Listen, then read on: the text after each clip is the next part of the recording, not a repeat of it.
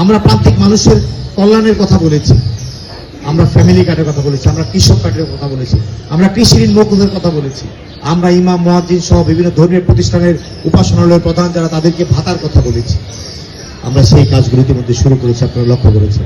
মাননীয় প্রধানমন্ত্রী সরকারের 9 দিনের মাথায় 10,000 টাকা কৃষি ঋণ সুদ সহ মওকুফ করেছে। প্রায় 12 লক্ষ কৃষক 1550 কোটি টাকার এই সুবিধা ইতিমধ্যে সরকার সিদ্ধান্ত দিয়ে সেটা বাস্তবায়ন করেছে। আজকে আমরা গ্রামীণ আমাদের মা বোনদেরকে অর্থনৈতিকভাবে স্বাবলম্বী করার জন্য প্রতিটা পরিবারের প্রধান নারী যারা তাদেরকে আমরা ফ্যামিলি কার্ডের আওতায় আনার জন্য পাইলট প্রকল্প হিসেবে যে 14টা জেলার 14টা উপজেলার যে ওয়ার্ডগুলোতে এই কর্মসূচি আজকে আনুষ্ঠানিকভাবে মাননীয় প্রধানমন্ত্রী শুরু করেছে।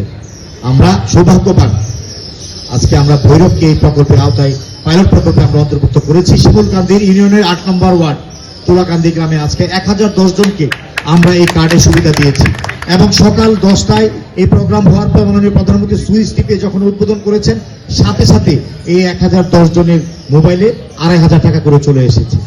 প্রতি মাসে তারা এই টাকাটা পাবে।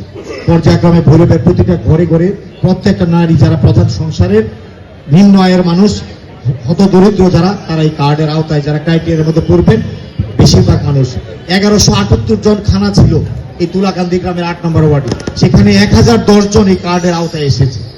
আমরা বিভিন্ন জায়গায় বিভিন্ন ওয়ার্ডে ইউনিয়নে যখন গিয়েছি আপনারা ভৈরবের বিভিন্ন সমস্যার কথা তুলে ধরেছেন। আমি ভৈরবের সন্তান, আমি ভৈরবের বাসিন্দা, আমি মনে করি এই সমস্যা আমার নিজের সমস্যা। আমি নিজেই এটা অনুধাবন করে নিজেই আমি আপনাদের সামনে বলেছি। ইনশাআল্লাহ আল্লাহর রহমতে আমি আমার কাজ শুরু করেছি। আমি ইতিমধ্যে বিভিন্ন মন্ত্রণালয়ে ভৈরবের যে পুঞ্জীবিত সমস্যাগুলো সেগুলো সমাধান করবে আমি বিভিন্ন মন্ত্রণালয়ে ইতিমধ্যে আমার কার্যক্রম শুরু করেছি। দ্রুত সময়ের মধ্যে আস্তে আস্তে আপনারা জানতে পারবেন। আমি এই যে বন্দর এলাকা, এই যে ব্যবসায়িক এলাকা, এই নদী বন্দর, এটা ভাঙনের মুখে। আমরা আগেও বলেছি যে আমরা এই শহরটাকে রক্ষা করব। সেই শহর রক্ষার জন্য একটি বাঁধের প্রয়োজন, সেই প্রক্রিয়া আমরা শুরু করেছি। এখানে একটা সর্বোচ্চ বিদ্যাপীঠ হতে পারে, ইউনিভার্সিটি হতে পারে। আমরা এই ব্যাপারে আমরা ইনশাল্লাহ কাজ শুরু করেছি। এখানে একটা স্পেশালাইজড হসপিটাল হতে পারে। আমাদের যে চলমান যে প্রতিষ্ঠানগুলো আছে, বিশেষ করে চণ্ডীপের যে 100 বেড হয়েছে, এটা 100 বেডের কোনো প্রশাসনিক অনুমোদন নাই, জনবল নাই।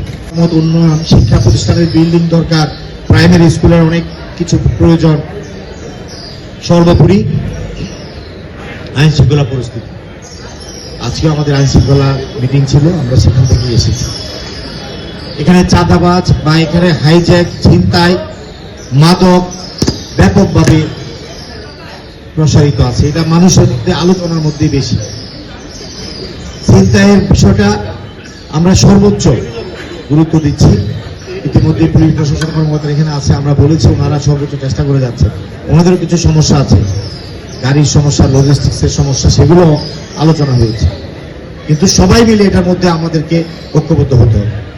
আজকে এই চিন্তায় মাদকের যখন তারা নেশাগ্রস্ত, টাকা পয়সা নাই, তখনই তারা এই মাদকের যারা আসক্ত তারা এই চিন্তায় জড়িয়ে পড়ে। আজকে মাদক কারবারিদেরকে নির্মূল করতে হবে। এটা একটা সামাজিক ব্যাধি। আমরা একটা সামাজিক আন্দোলন গড়ে তুলব এই ব্যাপারে। আমরা সকল শ্রেণীর মানুষকে নিয়ে, প্রশাসন সহ আমরা এই মাদকের বিরুদ্ধে আমরা সংগ্রাম গড়ে তুলব। যাই হোক, আমি আর কথা দীর্ঘায়িত করবো না। আজকে প্রেস ক্লাবকে ধন্যবাদ জানাই, আমাদেরকে এখানে দাওয়াত করেছেন। এই প্রেস ক্লাবের আপনাদেরও আগামী দিনে পথ চলার যে কোনো সমস্যা, সুবিধা অসুবিধা ইনশাল্লাহ আমরা আপনাদের পাশে আছি।